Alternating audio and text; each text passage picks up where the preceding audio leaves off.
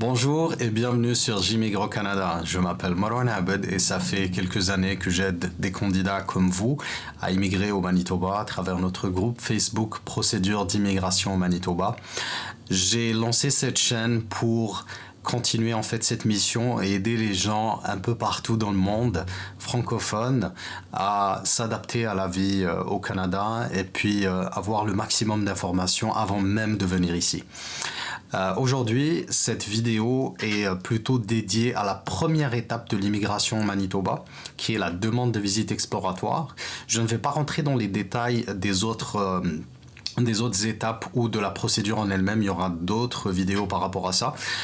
Mais aujourd'hui, vraiment, on va aller à travers le formulaire de demande de visite exploratoire. C'est assez technique, c'est très simple, mais il y a des pièges à éviter. Avant même de commencer, si vous voulez bien, vous abonner à la chaîne, comme ça vous serez notifié à chaque fois qu'il y aura du nouveau. À tout de suite.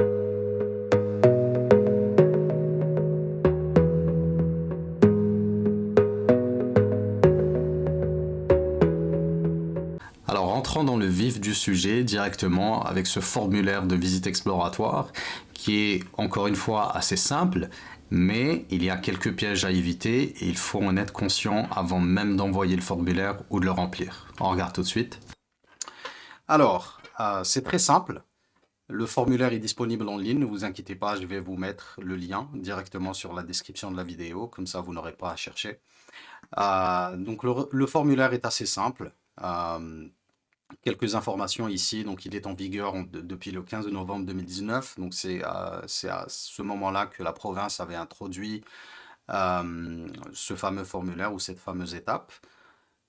Ici, alors j'ai pré-rempli un petit peu toutes les sections pour faire un peu plus vite.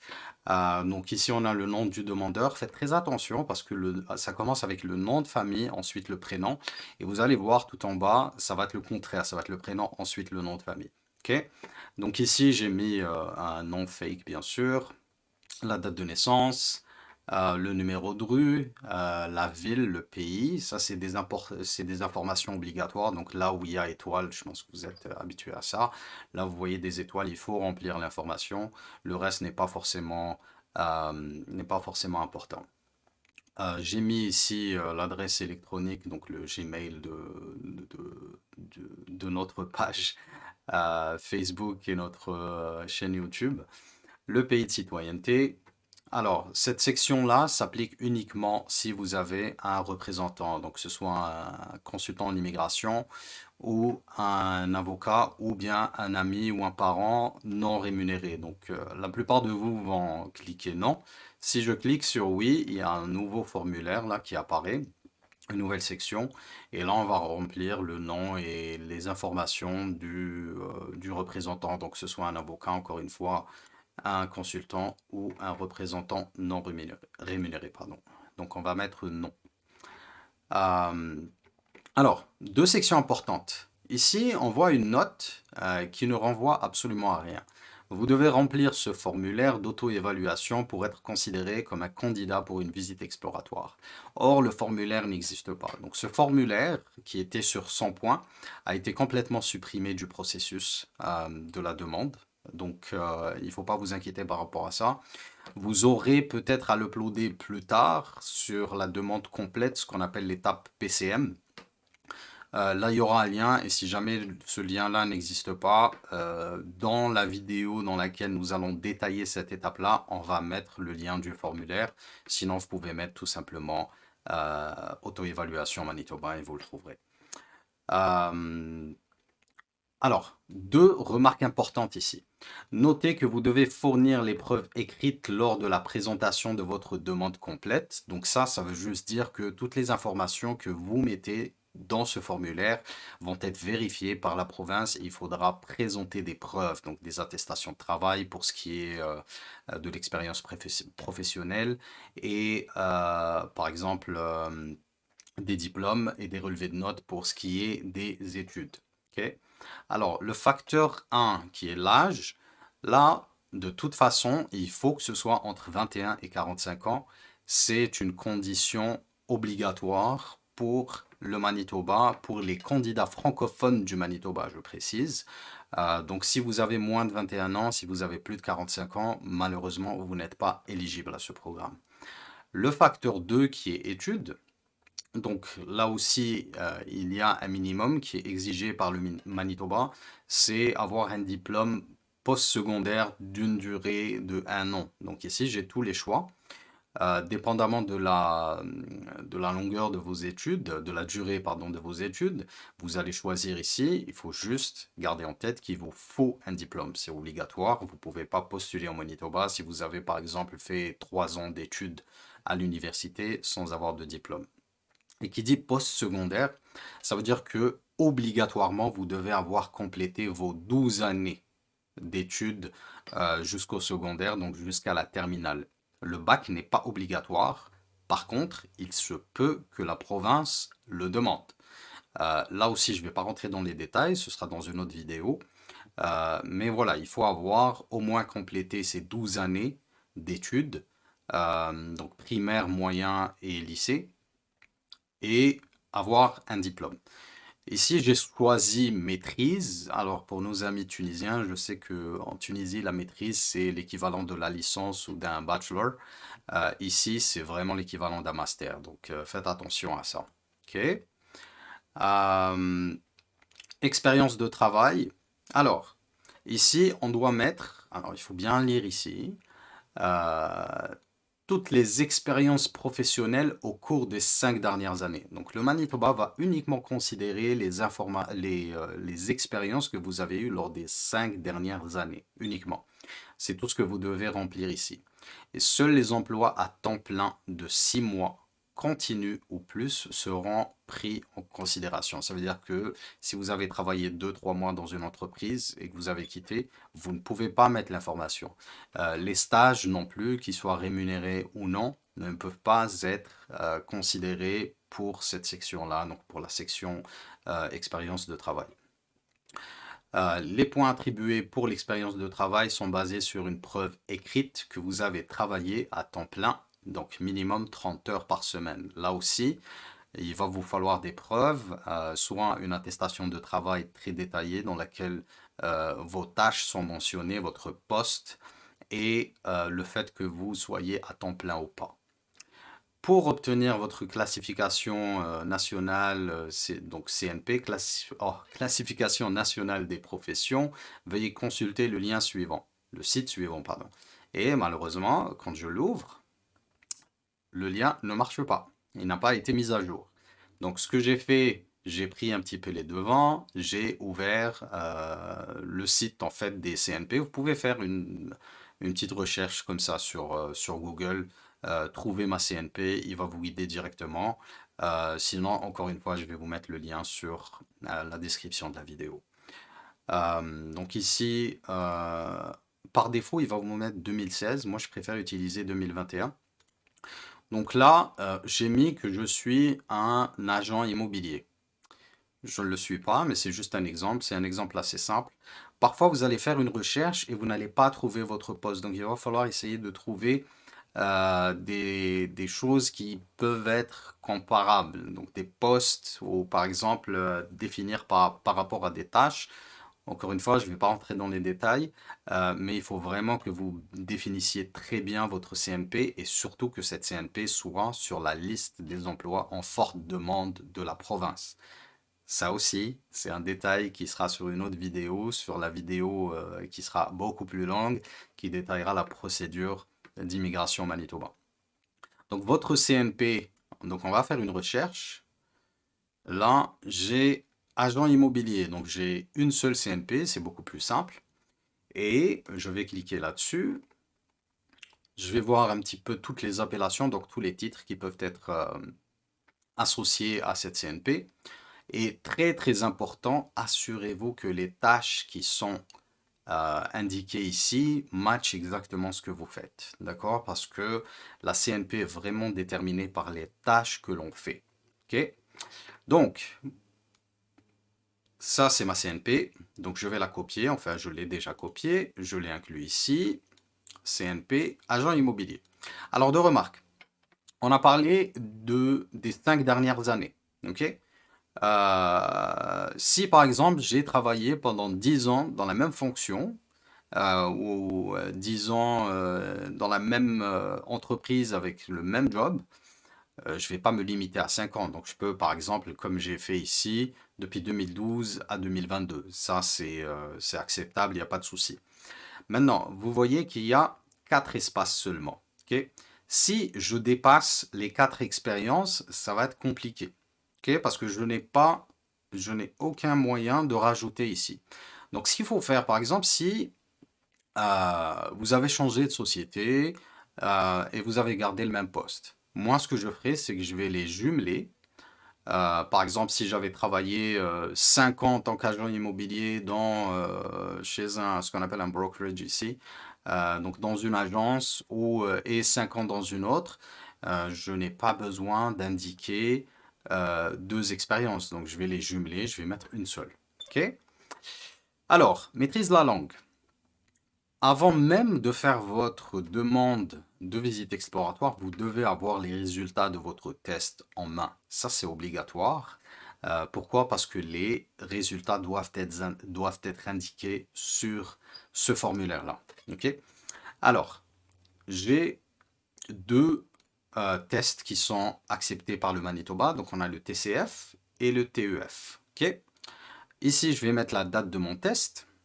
Et ici, je vais mettre mes résultats. Encore une fois, j'ai pré-rempli le formulaire. Alors, une question qui revient souvent, c'est comment je définis mon score NCLC. Très simple, le score NCLC est défini par le score le plus faible, ok, qui est ici, je pense, 248. Ok. Alors, j'ai une table de compétences, d'équivalence, pardon, ici. Hop, je vais ouvrir. Compétences linguistiques, donc on a tout ça ici. J'ai le TCF Canada. Bon, là c'est la nouvelle échelle. Moi j'ai utilisé l'ancienne échelle parce que je suis un peu vieux par rapport à ça, un peu vieux jeu. Donc ce que j'ai fait, c'est que j'ai rempli les résultats. Et si je vois ici, normalement, la compréhension écrite, compréhension de l'écrit, 248, non, c'est pas ça. En tout cas, un des résultats, alors si je vois 298, ça c'est un 9. 349 pour l'expression écrite, pardon. Il est là. 349 pour l'expression écrite. Voilà. En expression écrite, donc j'ai mis que j'avais eu 349 qui équivaut à un 8. Même si mes autres résultats ont un équivalent de 9, vu que j'ai eu un 8 en expression écrite, donc mon score ici va être de 8. OK. Deuxième section, les résultats du test d'onglet. Si vous avez les résultats d'un test d'onglet, vous cliquez oui et il n'y aura pas de souci. OK. Donc là, il n'y aura rien à indiquer. Ici, par contre, j'ai mis non. Ce qui se passe, c'est que la province me demande de faire une auto-évaluation en ligne. OK. Donc, j'ai un lien ici. Si je le clique, je vais tomber sur ce lien-là, CLB OSA, ou le NCLCAEL, auto-évaluation en ligne. Donc là, je dois créer un compte et ensuite passer des tests. Alors, comment ça se passe? Ici, on me demande un score pour la compréhension écrite et un score pour la compréhension de l'oral. OK? Ce qui se passe ici, c'est que je peux passer 3 tests. Et ça, c'est très bien. Pourquoi? Parce que je peux avoir des résultats différents. Je peux avoir un bon score ici, un mauvais score ici. Ce que je vais faire, c'est que je vais les passer. La province va vous demander les résultats plus tard. Donc, il ne faut pas tricher ici. Je vais passer les tests et celui où j'obtiens le meilleur score va être utilisé ici. Ok. Donc j'ai 2 tests de listening et j'ai 3 tests pardon, de reading. Ok. Donc ici j'ai mis par exemple 5,5. Honnêtement, je ne sais pas quelle est l'échelle des scores. J'ai juste mis comme ça, je n'ai pas passé les tests parce que chaque test prend 1 heure. Mais voilà, donc il va falloir mettre vos scores ici. L'adaptabilité. Alors, l'adaptabilité va évaluer vos chances de rester au Manitoba. ok, et vos chances et vos moyens financiers aussi. Donc la première question ici, avez-vous l'intention de vivre au Manitoba? Obviously, ça va être oui. Avez-vous une connexion au Manitoba, donc un parent proche, parent éloigné, un ami que vous avez rencontré en personne? Très, très important. Là, j'ai mis non. Si vous mettez oui, ça vous donne, on va dire, un petit avantage par rapport aux autres candidats. Donc, si vous avez quelqu'un que vous connaissez qui vit au Manitoba depuis au moins une année, vous pouvez cocher oui. Donc là, je vais mettre non. Et possédez-vous les fonds liquides, des fonds liquides et transférables qui équivalent aux exigences du seuil de faible revenu SFR? Là, je vais mettre oui. Là, c'est tout simplement la même preuve de fonds qui est exigée pour l'entrée express. Donc, si vous mettez preuve de fonds entrée express ou Canada, c'est ici que vous allez tomber. Encore une fois, je vais vous mettre le lien sur la description de la vidéo. Ok? Vous n'avez pas à avoir la somme là tout de suite pendant que vous remplissez le formulaire.